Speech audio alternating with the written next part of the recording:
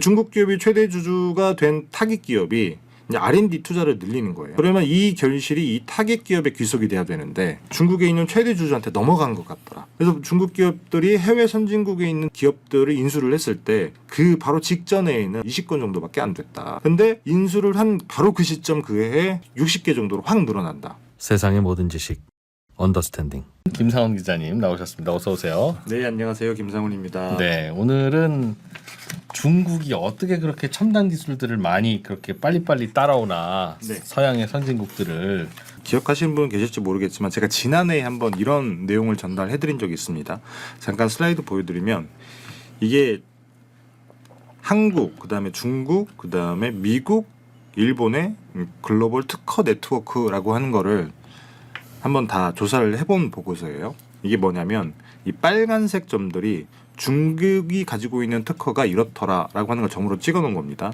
예를 들면 이쪽 X축 같은 경우에는 이 특허가 해외 의존도가 얼마나 심하냐. 예를 들면 해외에 있는 어떤 특허에 어떤 인용을 해서 만든 특허인 거냐 아니면 굉장히 뭐랄까 독립적으로 만든 특허인 거냐. 요거를 표현해 주는 거고요. 그다음에 요거는 해외에 얼마나 다른 특허에 기여를 했냐.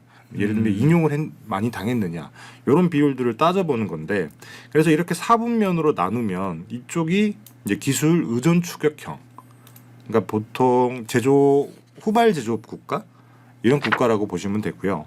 여기서 시작을 해서 예를 들면 자립형 특허 기술을 많이 가지고 있더라라고 하는 국가들이 이쪽에 오는 거고 이쪽은 뭐 해외 많이 의존하긴 하지만 여튼 가지고 있는 특허가 다른 특허에 인용도 많이 되더라. 그리고 이쪽이 가장 좋은 기술 선도형 특허들을 그러네요. 점 찍어놓은 겁니다. 독자 개발해서 인용이 많이 되는. 맞습니다. 그래서 보시면 이 빨간색 점들의 분포도를 그려놓은 게 이 빨간색 면이에요. 그래서 중국의 특허 기술 같은 경우는 2010년만 하더라도 보통은 이렇게 의존 추격형에 치중돼 있는 그런 어떤 특허들을 가지고 있는 산업 구조였는데 대충 베낀 거. 맞습니다. 한국 같은 경우에는 조금 기술 자립형에 조금 가까운. 덜 베낀 거. 네. 근데 미국은 압도적으로 기술 선도형 국가였단 말이에요. 안 베낀 거. 맞습니다. 그래서 2010년만 하더라도 우리가 생각하면 그냥 중국 같은 경우에는 세계의 공장 이 정도였잖아요. 근데 2020년이 되면 이게 드라마틱하게 바뀝니다. 보시면 파란색 점들은 미국이잖아요. 미국 같은 경우에 조금 더 의존 추격형에 가까워지는 아직도 기술 선도형 국가이긴 하지만 이쪽 가까워지고 일본이나 한국은 이쪽에 조금 더 의존 추격형에 가까워지는 예. 그런 특허 분포도를 가지게 되고 이 빨간색 점이 중국이란 말이에요. 근데 보시면 드라마틱하게 이렇게 바뀌는 게 10년 만에 불과. 저는 사실 이 어떻게 보면 아, 저게 최근 거예요. 지금 우리가 이게 보고 있는 게 2020년 2020년. 진짜 독자 기술들이 많이 늘어났네. 근데 사실 이게 생각을 해보시면 말이 안 되는 게 어떻게든 그 정부가 주도를 해서 뭐 예산도 많이 주고 많이 들어부어서 이렇게 어떤 추격형에서 기술 자립형으로 빠르게 움직일 수 있기는 하지만 그것도 이것도 시간의 문제이기도 하고 근데 여기서 갑자기 10년 만에 어떻게 여기로 갔을까? 중국의 기술이 맞습니다. 이거 사실 어떻게 생각해 보면 기술이라고 하는 게 단순히 돈을 많이 들어붓는다고 되는 건 아니잖아요. 네. 예를 들면 범용 기술부터 시작을 해서 축적해서 나중에 어떻게 보면 굉장히 좋은 기술들이 개발이 되는 건데 중국은 그런 것들을 다 뛰어넘고 이렇게 훌쩍 가버린 거죠. 그렇다고 해서 뭐 중국이 돈이 많기는 합니다만 예를 들면 한국이나 미국이나 일본 같은 경우에도 사실 R&D로 따지면 어느 나라 못지않게 돈을 많이 쓰는 국가인데 보시면 한국 같은 경우에는 그 분포면의 중심점이 2000년에는 이 자립형 쪽에 찍혀 있다가 2020년이 되면 추격형 쪽으로 많이 내려옵니다. 돈을 많이 썼음에도 불구하고 이렇게 변한다는 거고 일본도 마찬가지고요. 미국 같은 경우에도 어쨌든 뭐 조금 그 뭐랄까 상황은 덜하긴 하지만 여튼 여기도 마찬가지로 이렇게 조금 처지는 그런 모습을 보이는데 중국 같은 경우에는 2020년에 이쪽에 있었거든요. 2010년에 이쪽에 있었고 불과 10년 만에 이렇게 왔고 또 10년 만에 미국을 압도하는 기술 선도형 국가가 됐다라고 하는 게 저는 개인적으로 매우 궁금했었는데 예. 근데 거기에 조금 이유를 알려주는 논문이 최근에 미국 전미경제연구소에 실렸어요. 근데 저 아까도 잠깐 저도 그 논문의 요지만 잠깐 봤는데 네네. 훔쳐갔다는 거잖아요. 훔쳐갔다. 뭐 훔쳐간 거죠. 그럼 훔쳐갔으면 저렇게 앞지르지는 못하잖아요.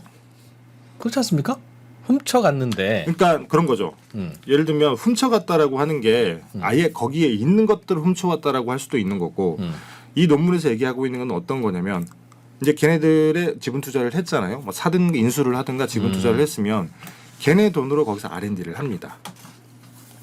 훔쳐와서 더 키웠다.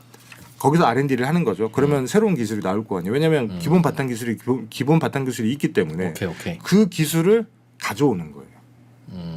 근데 그렇게 되면 어떻게 보면 밑바닥에 깔려있던 기술들을 바탕으로 더 새로운 기술을 개발을 했는데 기본적으로 밑바닥에 깔려있던 기술들이 수준이 높기 때문에 새로 R&D를 통해서 만들어낸 기술이 굉장히 고급 기술일 수 있잖아요. 상식적으로 생각을 해보면. 네. 근데 그걸 그대로 중국으로 들고 오게 되면 이게 매우 좋은 기술이 되는 거죠. 뭐 어쨌든 네, 보고서에서는 내용을 봅시다. 그런 내용을 하고 있습니다. 물론 보고서에서는 훔쳐갔다라는 표현을 쓰지 않고 혁신환류라고 하는 매우 고상하고 어려운 표현을 쓰긴 하는데 여튼 그래서 조금 생각을 해보면 우리가 중국이 어찌됐든 10여 년 만에 굉장히 기술 선도 국가가 됐고 그러면 중국이 어떤 방식으로 기술들을 확보를 했냐라고 조금 과거의 방식들을 살펴볼 필요가 있는데 예. 일단 첫 번째 방법은 이런 거였습니다. 처음에는 어쨌든 중국이라고 하는 시장이 매우 크잖아요. 14억 명쯤 되니까. 네. 그래서 우리가 이렇게 엄청난 시장을 내어줄 테니까 얘네가 우리 그 내수 시장으로 들어와라. 대신에 우리 내수 시장에서 사업을 하려면 중국 기업이랑 50대 50으로 합작 법인을 만들어야 된다. 그래서 중국에 아주 적극적으로 진출을 했던 나라가 독일 같은 나라입니다. 예. 그래서 메르켈 총리 시절에 사실 독일 경제는 중국을 축으로 어떻게 보면 성장을 했다, 고도 성장을 했다라고 볼 수 있는데 이렇게 독일 대기업이 중국 기업이랑 합작 법인을 통해서 중국 내수 시장에 진출을 하게 되면 대기업은 어쨌든 완제품을 파는 곳이잖아요. 네. 여기서 매출이 늘어나겠죠. 그러면 이 완제품을 만들어서 팔려면 독일에 있는 미텔 슈탄트라고 하는 강소기업들, 예. 우리나라 중소기업인데 굉장히 짱짱한 중소기업들 여기에 수출을 하는 겁니다. 부품이나 자재 이런 것들을. 네. 이제 그렇게 되면 당연히 독일에 있는 국민 경제가 살아나는 이런 구조로 어쨌든 독일이 한 10여 년간, 15년간 굉장히 재미를 톡톡히 봤는데 문제는 이 합작법인이라고 하는 비이클이라고 하는 게 어쨌든 그 파트너가 되는 중국 기업이라고 하는 게 독일에 있는 기술력이 굉장히 높은 기업이랑 어떻게 보면 대등한 위치에서 합작을 하는 게 아니잖아요. 그렇죠. 독일 같은 경우는 시장에 진출하기 위해서 쟤네랑 합작을 하는 거지. 얘네 기술력이 굉장히 뛰어나기 때문에 우리가 합작을 하는 거야. 이건 아니었기 때문에 그래서 이 합작법인에서 기본적으로 중국 기업들이 기술을 빼내올 수 있는 통로가 되는 거예요.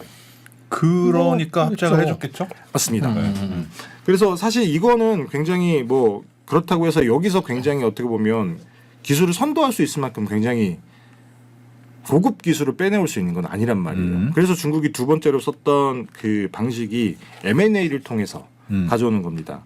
이게 제가 지난해 말쯤에 한번 전해드렸던 넥스페리아라고 하는 굉장히 유명한 사례인 건데 이 넥스페리아라고 하는 그 차량용 범용칩을 만드는 반도체 회사예요. 네. 네. 지난해 말에 어떤 일이 있었냐면 이 넥스페리아라고 하는 회사의 경영권을 네덜란드 정부가 뺏어간 적이 있습니다.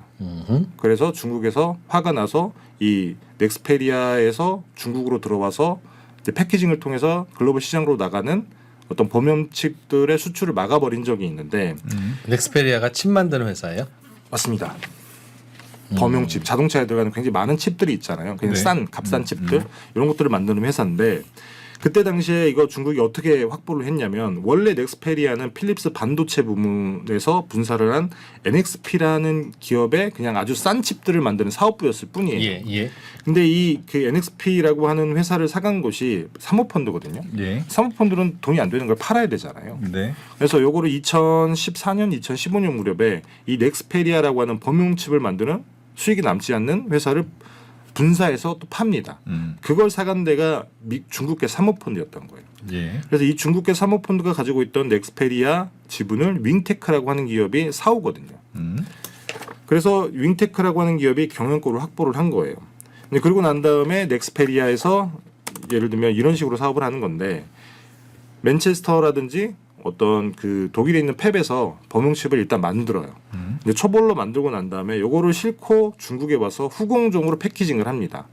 예, 대략 70에서 80% 물량이 중국 공장에서 패키징을 하는 건데 이렇게 해서 전 세계의 어떤 그 글로벌 시장에 범용칩을 완제품을 만들어서 파는 그런 구조였던 거예요. 요 그 어떤 서플라이 체인은 중국 기업이 이렇게 만든 거죠. 여기서 팹에서 만들기는 하지만 여기서 후공정을 하기 때문에 우리가 여기를 틀어막으면 니네 아무데도 못 팔아.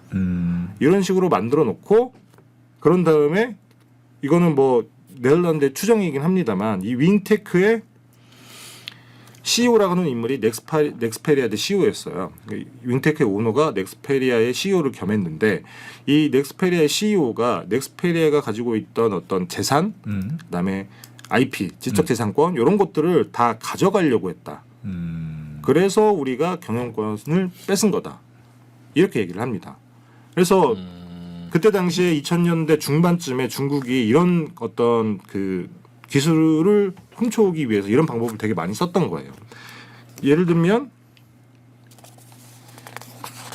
넥스페리아뿐만 아니라 볼보도 사실 중국 지리차가 사갔고요. 네. 그다음에 하이얼 같은 회사가 지의 가전사업부를 사왔고 그다음에 이게 되게 결정적인데 메이디라고 하는 중국의 로봇 업체가 사실 독일의 쿠카라고 하는 기업을 사오거든요.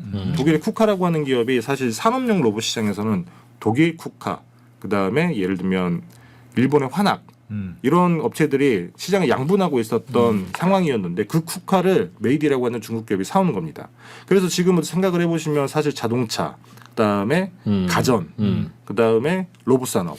지금은 어떻게 보면 중국이 굉장히 전 세계를 주름잡고 중국의 제조업을 이끌어가는 그 중심축으로 성장을 한 거잖아요. 네. 그때 이런 M&A 방식으로 이런 기술들을 다 습득을 했던 거였어요. 근데 문제는 얘네들이 그렇게 하다가 우리가 반도체도 어쨌든 빨리 독립을 해야 되기 때문에 반도체 기술도 어쨌든 확보를 해야 되는 거잖아요. 근데 본인들이 밑에서부터 올라갈 수는 없기 때문에 반도체 기업들을 살려고 굉장히 노력을 많이 했었습니다. 네. 유럽에 있는 반도체 기업들. 근데 그때 당시에 유럽에 있는 규제 당국들이 다 잘라버린 거예요. 중국 애들이 이런 식으로 기술들을 많이 빼가는구나. 그래서 그때 당시에 외국인 투자 심사 규제 이런 것들을 굉장히 깐깐하게 강화를 해서 중국 기업들이 굉장히 어떤 민감한 기술, 그다음에 그 어떤 선진 기술 이런 것들이 포함되어 있는 어떤 기업들은 아예 살 수 없게 그렇게 다 틀어 막아버립니다.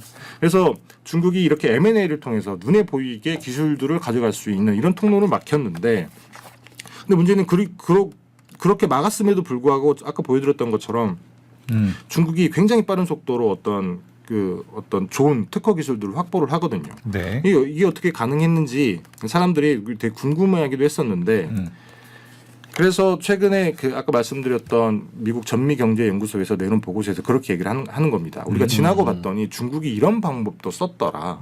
그게 뭐냐면 외국인 투자 심사라고 하는 거는 중국 기업이 우리나라에 있는 어떤 선진국에 있는 기술력이 좋은 기업들을 사지 못하게 막는 거거든요. 예. 근데 외국인 투자 심사는 당연히 중국 기업들이 해외 선진국에 있는 기업들을 살 수 없게 막을 수 있지만 근데 예를 들면 조세피난처라고 하는 것을 거쳐서 우리가 타겟 기업을 사게 된다. 네. 이거는 막기가 어려웠던 거예요. 조세피난처도 그 우리나라가 아닌 곳인데도 그런 거예요. 보통 조세피난처 같은 경우에는 자본들이 그쪽으로 모이기 때문에 네. 보통의 과거의 외국인 투자 심사 규제라고 하는 게 이 돈이 이전에 바로 직전에 어디서 왔는지만 보는 겁니다. 네. 그래서 중국에서 샀다 그러면 중국 기업이 우리나라 기업을 살려고 하는구나. 안 돼. 막는 건데 조세피난처에서 왔네.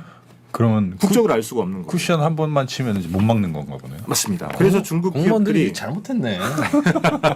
아니 저걸 근데 아마도 아주 이렇게 제가 단순화해서 그림을 그리긴 했습니다만 조세피난처에 있는 어떤 그 페이퍼 컴퍼니 두세 개를 돌린다든지 조세피난처에서 또 조세피난처로 돌린다든지 이런 방법을 쓰게 되면 추적하는 게 쉽지는 않을 거예요.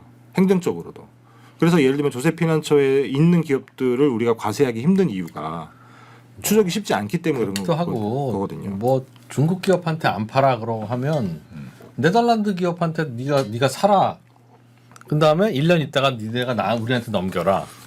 뭐 그럴 수 있잖아요. 그러니까 예를 들면 중국한테 기술 넘어가는 걸 극도로 싫어하는 몇몇 나라들이 있으면 네.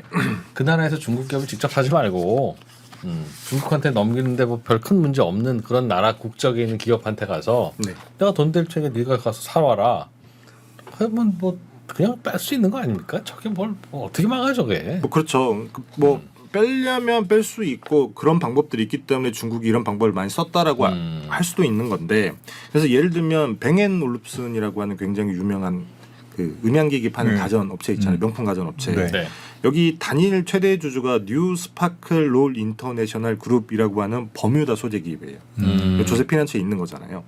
여기가 가지고 있는 지분율이 한때는 20% 정도가 됐고 지금도 14% 정도, 12% 정도가 돼서 최대 주주인 건데 원래는 이게 뉴 스파크 롤이라고 하는 게 중국에 있는 기업이거든요. 아. 근데 얘네들이 처음에는 인수를 하려고 했대요. 인수를 하려고 했는데 어떤 이유에서인지 인수 협상은 무산이 됩니다. 네. 그러고 난 다음에 얘네들이 이 조세피난처를 통해서 계속 최대 주주 역할을 하고 있는 거예요. 그리고 예를 들면 리오틴토라고 하는 굉장히 유명한 굴지의 광산 기업이 있습니다. 예. 세계 3위쯤 되는 광산 기업인데 여기도 싱가포르에 소재한 샤이닝 프로스펙트라고 하는 페이퍼 컴퍼니가 리오틴토의 지분 14%를 들고 있거든요. 이것도 최대 주주입니다. 네. 근데 이 샤이닝 프로스펙트라고 하는 그 페이퍼 컴퍼니에 돈을 댄 곳은 중국 알루미늄 공사예요. 그래서 중국 알루미늄 공사가 어쨌든 싱가포르는 국제적 신인도가 높은 그런 금융시장이기 때문에 여기에 있는 도관체를 만들어 놓고 굴지의 광산기업 지분을 사간 거죠. 이런 방식으로 어쨌든 그 보고서에서 설명을 하기를 우리가 중국 기업 6,242개를 조사해봤다. 6,242개를 조사해봤더니 케이먼 그 한 37.7% 그러니까 대략 한 2,000개 넘는 그런 어떤 중국 기업들이 조세피난처에 최소 하나 정도의 도관체를 두고 있고 그렇다 보니까 중국 기업들이 조세피난처에 가지고 있는 소유자산 비중이 이렇게 됩니다. 예를 들면 케이먼 제도 같은 경우에는 46.24%가 중국 기업이 가지고 있는 자산. 그다음에 버뮤다 같은 경우에는 22.7%. 그러니까 중국 기업들이 굉장히 어떤 조세피난처를 활용을 해서 굉장히 전 세계에 많이 투자를 해놨다라고 하는 거죠. 네.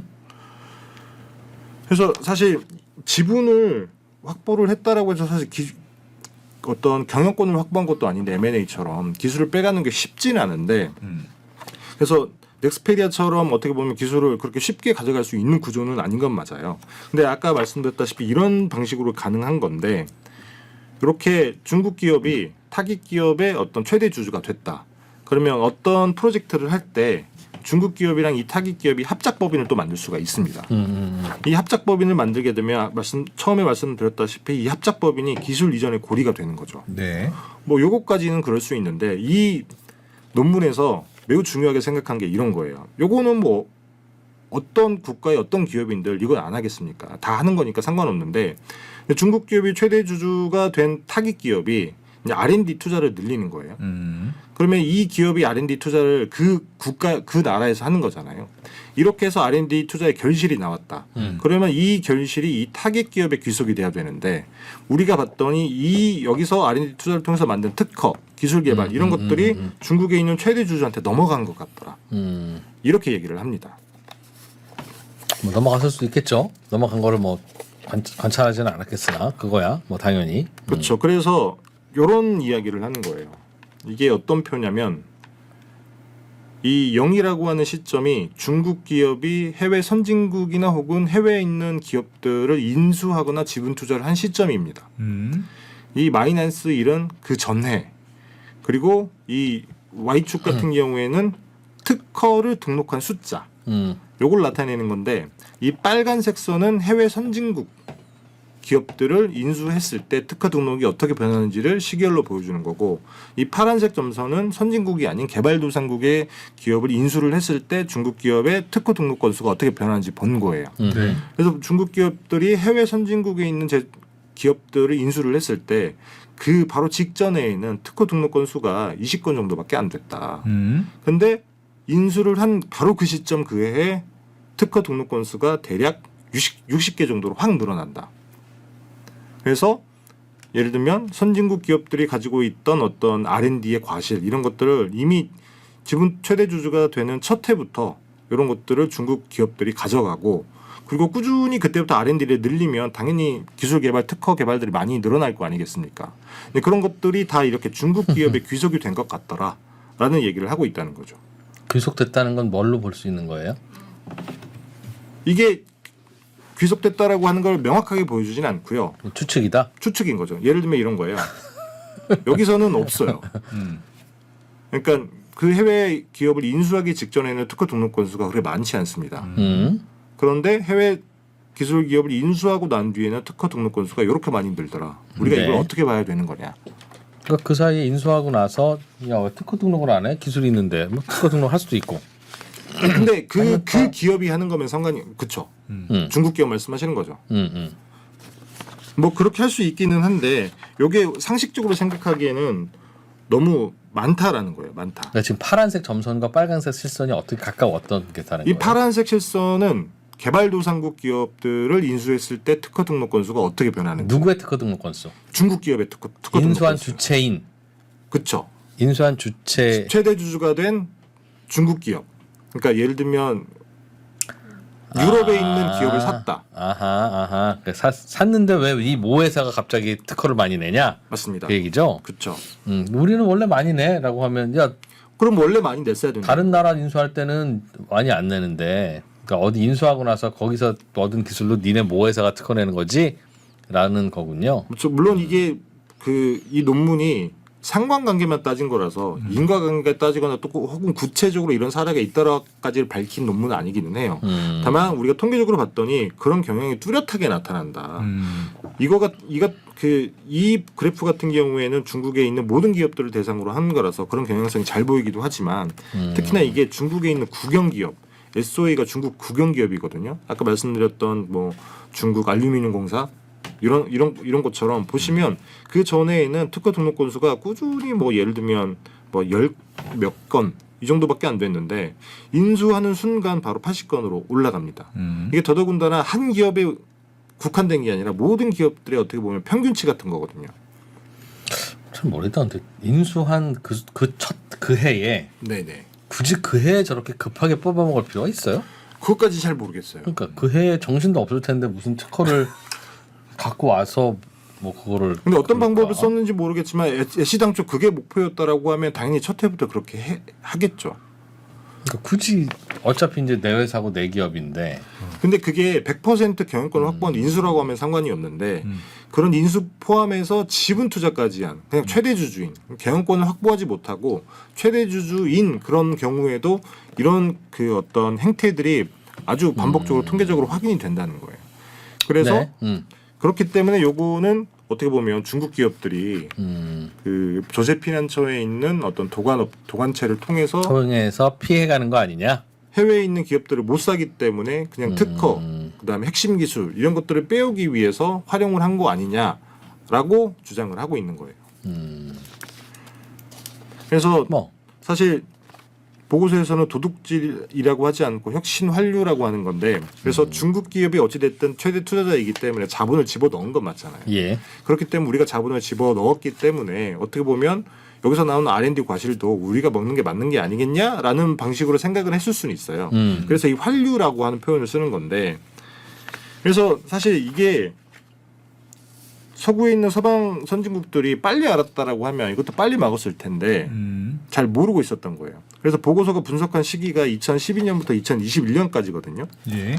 그래서 보시면 2012년에는 생각보다 중국 기업들이 글로벌 어떤 자산, 글로벌 기업들의 자산을 가지고 있는 비중이 그렇게 크지 않았습니다.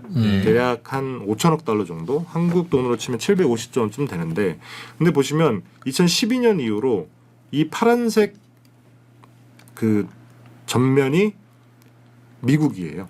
그다음에 이 녹색 전면이 유럽입니다. 미국과 유럽에서 이런 방식으로 굉장히 공격적으로 자산을 많이 늘린 거예요.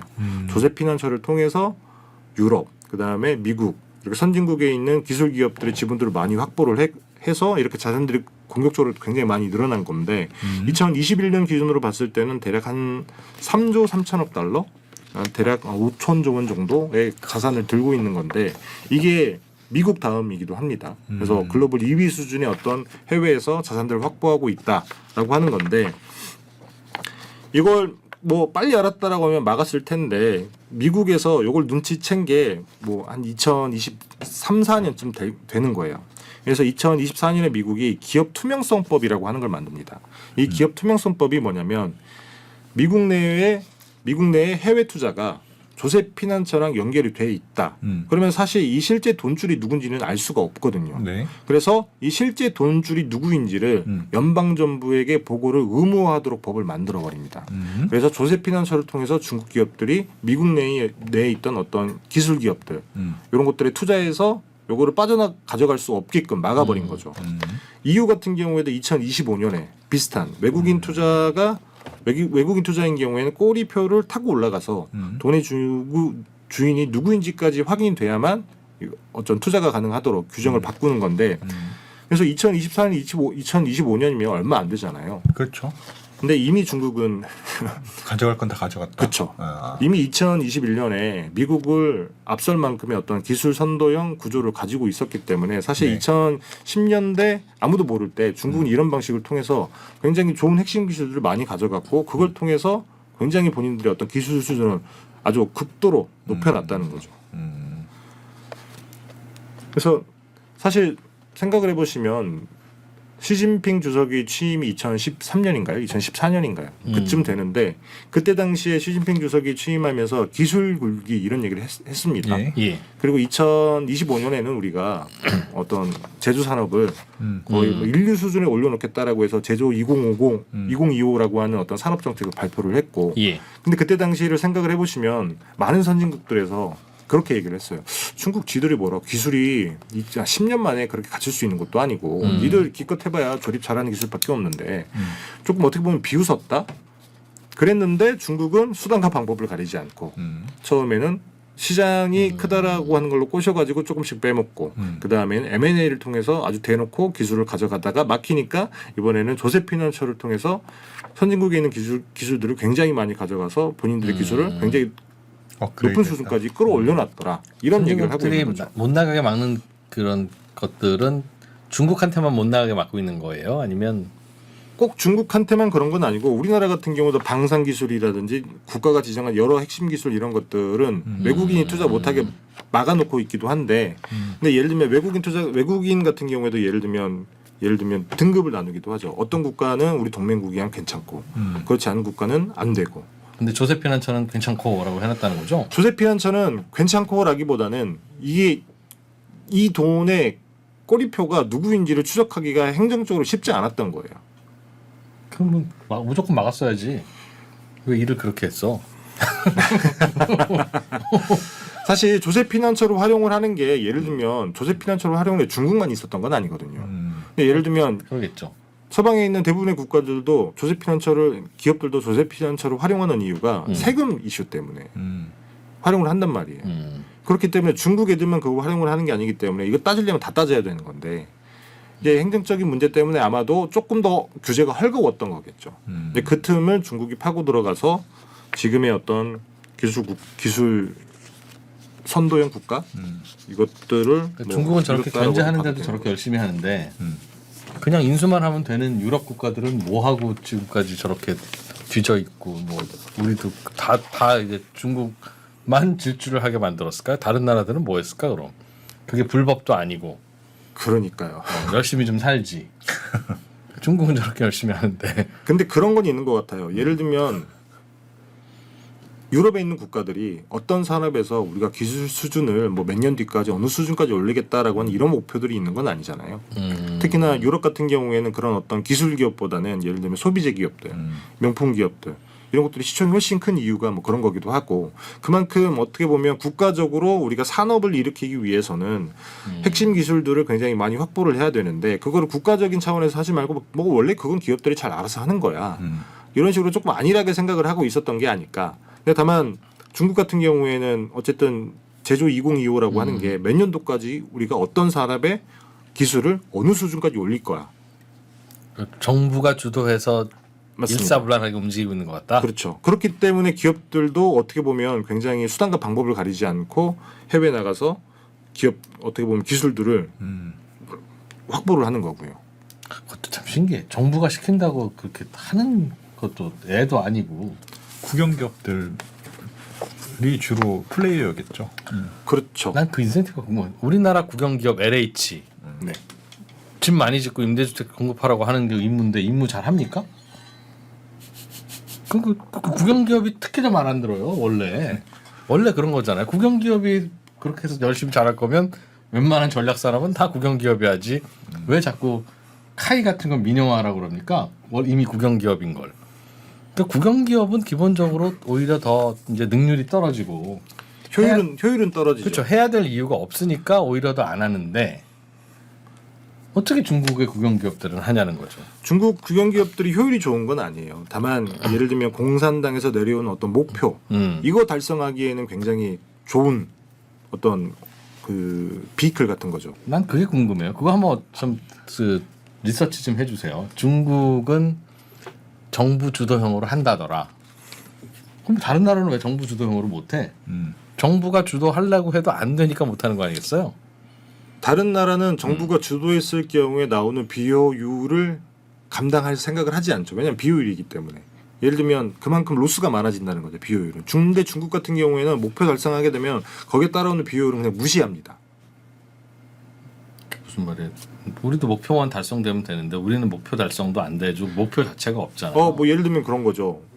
뭐 우리나라에서 그런 계획을 세우지도 않기도 하지만 중국 같은 경우에는 예를 들면 우리가 철강 생산량을 언제까지 얼마로 달성을 해야 돼라고 하면 거기에 맞춰서 관료들이 계획을 짜고 거기에 맞춰서 뭐 여러 국영기업들이 목표를 맞추게 노력을 하잖아요. 근데 여기서 나오는 어떤 예를 들면 그 목표를 맞추기 위해서 생기는 비율로 발생하는 로스, 예를 들면 손실 이런 것들은 그냥 안고 간다는 거예요. 근데 괜찮아요, 그래도? 그래서 중국은 그런 것들이 되게 많이 누적이 돼 있죠. 그럼 잘 되는 그러니까 결국은 나라가 잘 되면 되는 건데 어쨌든. 네. 그럼 나라가 잘 안 되고 있는 건가? 그게 누적되니까 비효율이. 중국 같은 경우는 예를 들면 우리가 가장 대표적으로 생각하는 비율이 지방 정부들이 나서서 만든 그 부동산 개발인 거잖아요. 근데 부동산 개발을 해서 어쨌든 굉장히 많은 어떤 개발 성과 이런 것들을 내기는 했습니다만 그것 때문에 생긴 공급 과잉 때문에 그것 때문에 중국이 망한다는 얘기를 굉장히 많이 했었잖아요. 2, 3년 한참 전부터도. 근데 아직까지도 중국은 그것 때문에 망한 적도 없고 다만 거기서 어떤 문제가 발생을 하게 되면 정부가 나서서 한 기업을 죽이고 살리고 이런 식으로 계속 구조조정을 반복을 하는 거죠. 그 작동 원리가 궁금해요. 그러니까 그 작동 원리가 뭘까? 왜 그걸 할까? 근데 혼자 생각하는 건데 옛날에 우리나라는 작동했던 때가 있다고 그랬잖아요. 박통 때, 네, 뭐 전통 네. 때까지는 님자가 해. 그럼 했다는 거 아니겠습니까? 네. 야 언제까지 저 국산화해? 그럼 국산화하고 지금 중국처럼 딱 그렇게 되는 거잖아요. 그렇죠. 그럼 그때는 뭐가 인센티브였을까? 라고 생각해 보면 그건가? 그러니까 저 각하가 하라고 했는데 안 하면 되게 재미없을 것 같아. 왠지 불안하고 무서워. 딱 그거 아니겠어요? 뭐 그것도 있을 거라고 생각합니다. 지금도 아니 그렇게 하면은 전 세계 모든 나라가 채찍 들고 씩씩 치면은 다 그렇게 되는 거 아닙니까? 그 논리. 그렇죠. 그렇죠. 근데 그럼 채찍으로 치는 사람은 저는 그 차이가 있다고 보는 거예요. 그러니까 그럼 채찍으로 치는 사람은 무슨 인센티브가 있었길래 그렇게 칠까? 지금 시진핑이 야 너 안 하면 너 아웃이야? 그래서 한다는 거잖아요. 네. 그러면 이제 군기가 살겠죠. 우리 분위기 싸게 잡으면 어디든지 군기는 잡히잖아요. 잠깐이라도. 그럼 잡는 그 사람은 무슨 인센티브가 있어서 하겠냐는 거죠. 무슨 인센티브가 있어? 다른 나라 지도자들은 대충 그냥 임기 때우고 가고 그러는데 사실 뭐 궁금한 거는 공산당, 중앙당의 높은 자리까지 올라가게 되면 어떤 본인한테 혜택이 떨어지는지는 사실 우리는 알 수 있는 건 아니기 그쵸. 때문에. 아니 알기는 아는데 시진핑은 더 이상 올라갈 것도 없는 사람이잖아요. 아 그렇죠. 시진핑 그렇죠. 그럼 시진핑은 왜 그걸 사람들을 그렇게 조지냐는 거죠. 이른바 본인의 어떤 업적 역사에 남을 그렇죠. 업적을 위해서. 역사에 남는 그러겠죠. 그러니까 지도자가 역사에 남으려고 하는 어떤 사명감 그런 게 있어야 되나? 그런 게 있어야 저렇게 돌아가고 나머지는 그냥 별 사명감 없는 지도자들이 뽑히니까 이러는 거라고 봐야 되는지 그냥 그 원인이 궁금하더라고요. 그러니까 하우투는 대충 보니까 알겠는데 야 쟤네들은 벌떼 축구를 하네. 아주 그냥 그라운드를 왱 돌아다니니까 아주 저놈들이 축구를 잘하는 이유는 벌떼 축구구나. 그렇게 결론 내지 말고 쟤들은 힘든데 왜 저렇게 벌떼처럼 뛰게 만드는 우리도 그럼 벌떼 축구를 하면 되는데 우린 못하잖아요. 그럼 쟤네들의 저 절박함은 어디서 나오는 거냐 도대체. 그냥 그게 이제 그 비결이거나 원인이거나 뭐 그런 거겠죠. 벌떼 축구가 비결이 아니라 그걸 그렇게 벌떼로 만드는 그 모티브가 뭐냐 하는. 그걸 잘 모르겠어요. 매번 할 때마다 중국은 저렇게 해서 한대라고는 하지만 왜 다른 나라는 못해? 그럼 하면 되지. 라고 하지 못할 거거든요, 분명히. 일단 뭐 정치 체제가 다르기도 하고 이미 이제 지나온 단계니까 다시 거꾸로 가는 거는 쉽지는 않겠죠. 근데 미국은 또 거꾸로도 가잖아. 재밌는 대통령 하나 나오니까 거의 거꾸로도 가는 것 같은데. 하여튼 중국이 그런 식으로 기술을 빼내온 것 같다라는 게 보고서의 요지군요. 맞습니다. 어쩌라고에 대한 결론은 없는 보고서네요. 그렇죠. 보고서에서는 결론은 어떤 식으로 내냐면 그게 단순히 빼갔다로 끝나는 게 아니라 사실 중국이 도둑질했다라고 하는 그 뉘앙스가 뭐냐면 예를 들면 중국 기업이 해외에 있는 기술 기업을 인수를 해요. 거기서 R&D를 막 하죠. 그러면 이 R&D의 과실은 사실 그 나라에 귀속돼야 되는 게 맞는데 그러면 그 R&D로 장기적으로 봤을 때는 생산성이 향상이 되고 여기서 부가가치가 떨어지는 거잖아요. 근데 그거를 거기서 R&D를 해놓고 그 R&D 과실을 중국으로 가져가게 되면 요거는 훔쳐가는 거다. 이런 얘기로 끝맺음을 하고 있는 거예요. 근데 기업에 무슨 그런 국경이 있어요? 기업의 국경이 있는 건 아니죠. 근데 다만 아까 말씀드렸다시피 자회사의 어떤 자산은 모 회사가 갖고 가도 어차피 내 거니까 그럴 수 있는 거 아닙니까? 그러니까 모 회사가 자회사의 가져갈 주주가- 수는 있는데 자회사의 주주건데 자회사의 주주가 모 회사잖아요. 그렇죠. 그러니까 자회사의 모든 자산은 주주건데 네, 자회사의 주주가 모 회사잖아요. 그렇죠. 그러니 자회사의 재산이든 지적재산권을 모 회사가 갖고 가는 게 무슨 문제냐는. 아니 뭐 100% 자회사라고 하면 상관없죠. 대체로 100% 자회사겠죠. 그렇지 않습니다. 아까 그 조세피난처를 통해서 하는 경우에는 경영권 획득을 잘 못해요. 그러면 합작한 그 회사들이 반대했겠죠. 왜 그렇죠. 니네가 다 가져가? 우리랑 같이 공동 인수해놓고. 이제 그래서 어떤 방식으로 구체적으로 이렇게 특허나 기술을 빼갔는지는 나와 있지는 않아요. 그러나 자기들이 다 명의는 달라도 자기 거겠죠. 근데 뭐 예를 들면 그런 거죠. 예를 들면 뱅앤올uf스 말씀을 드렸지만 뱅앤올uf스의 최대 주주는 중국 기업입니다.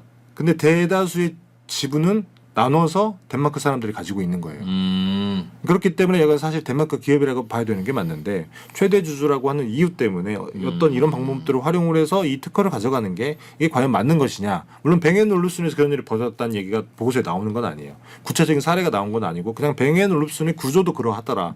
여기까지만 끝이 나는 건데 그래서 이 보고서에서는 어떻게 보면 그 나라에 귀속돼야 돼. 그 국가에 귀속돼야 할 그 국가의 기업의 어떤 R&D 과실을 중국 애들이 조세피난처를 통해서 최대 주주가 된 뒤에 가져갔더라. 그런 경우. 그게 나쁜 거다. 이런 지적을 하고 있는 겁니다. 그러니까 외국 같은 경우 우리나라처럼 특정 주주가 경영권을 가지고 어떤 경영을 하는 그런 구조는 아니잖아요. 그래서 대부분 지분은 다 쪼개져 있고 그중에 최대 주주라고 하더라도 어차피 이사회가 의사결정을 하기 때문에 그 이사회를 통하지 않고는 본인 마음대로 뭔가를 할 수 없는 구조이긴 한데 네. 중국은 어찌됐든 이사회가 있음에도 불구하고 최대 주주가 되면 최대 주주가 누릴 수 있는 어떤 권한들을 활용을 해서 특허들을 가지고 가는 가져가더라. 네. 그러니까 어떤 구조인지는 알겠어요. 근데 알겠는데 그럼 누가 잘못한 거냐라고 판단할 때 잘못이라고까지 하기는 쉽지 않을 것 같긴 한데 뱅앤올uf슨의 주주들이 그럼 왜 자기들 의사와 감시할 이사를 왜 이사회 파견을 안 했어 왜? 뱅앤올uf슨에서 그런 일이 벌어졌다고는 누구도 알 수 만약 없습니다. 그렇다면 그러니 야 이걸 뭐 어떻게 고치고 어떻게 뭐라고 해야 될까라는 거에 대해서는 답이 잘 안 떠오르길래. 그렇죠. 그리고 사실 이 보고서가 예를 들면 2010년대 중반쯤에 나왔다라고 하면 그때는 서방 선진국들이 어떻게 보면 방어막을 세울 수 있었을 텐데 이미 다 털리고 나서. 그렇죠. 다 털리고 나서 2024년에 2026년에 나왔고 그래서 이 어떤 경향 같은 거를 포착을 한 게 미국도 2024년밖에 안 됐던 거예요. 그래서 그때서야 부랴부랴 조세피난처의 최종 그 돈줄이 누군지까지 우리한테 무조건 내라고 한 건데 그때는 이미 중국이 모든 면에서 기술력을 확보한 상황이었다는 거죠. 그러니까 미국이나 유럽이나 뭐 어디도 다 공무원들이 하다 보면 빵꾸가 뚫리는 모양입니다. 중국이 조금 무서운 나라 같다는 생각을 저는 개인적으로 많이 했습니다. 그렇죠. 그러니까 역시 철통 같은 그런 기술 방어도 결국은 말단 공무원이 해야 되는 거구나. 그 공무원이 스마트하지 않으면 이런 구멍이 뚫리는구나. 그리고 중국은 참 집요하게 가져가는구나. 근데 집요하게 가져가는 중국은 이해가 되는데 네. 왜 다른 나라들은 못 가져가고 못 따라잡고 있을까? 그것도 궁금은 하고 그러네요. 네, 잘 들었습니다. 뭐 하실 말씀 있어요? 아, 없습니다. 재밌었어요? 네. 유익했어요? 네. 네, 조세핀 안처 이야기 잘 들었습니다. 고맙습니다. 네, 감사합니다.